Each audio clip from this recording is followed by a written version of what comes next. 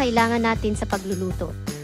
Breast manok o chicken, kahit anong parte na gusto mo, pero ang gagamitin ko ay ang breast part ng manok at hiniwa ko lamang ito sa tamang sukat. Next naman natin ang onion leaves o dahon ng sibuyas. Ito naman ang luya.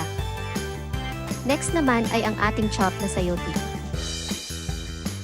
paminta, mantika at salt. At syempre, hindi mawawala ang dahon ng malunggay. Ngayon naman ay buksan ang kalan at kumuha ng pan at ialagay sa lutuan. Pag mainit na ang panlagyan ng mantika at hintayin uminit. Next namang ilagay ang onion leaves, luya at paminta at kaunting patis sa paggisa.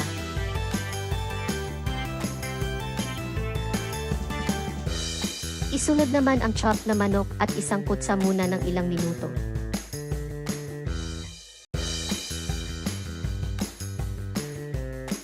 Once nasangkot siya na, lagyan ito ng tubig, takpan at hintayin kumulo.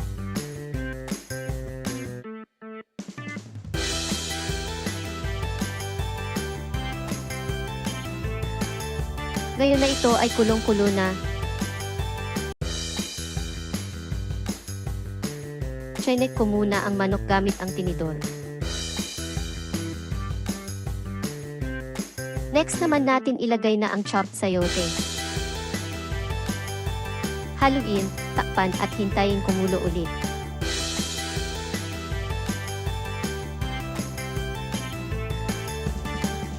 Ngayon na kulong-kulo na ilagay na natin ang ating dahon ng malunggay, haluin at takpan.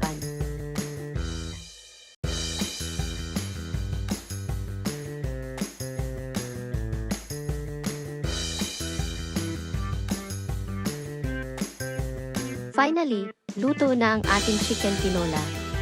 Salamat sa panunood. Happy eating mga kayuni!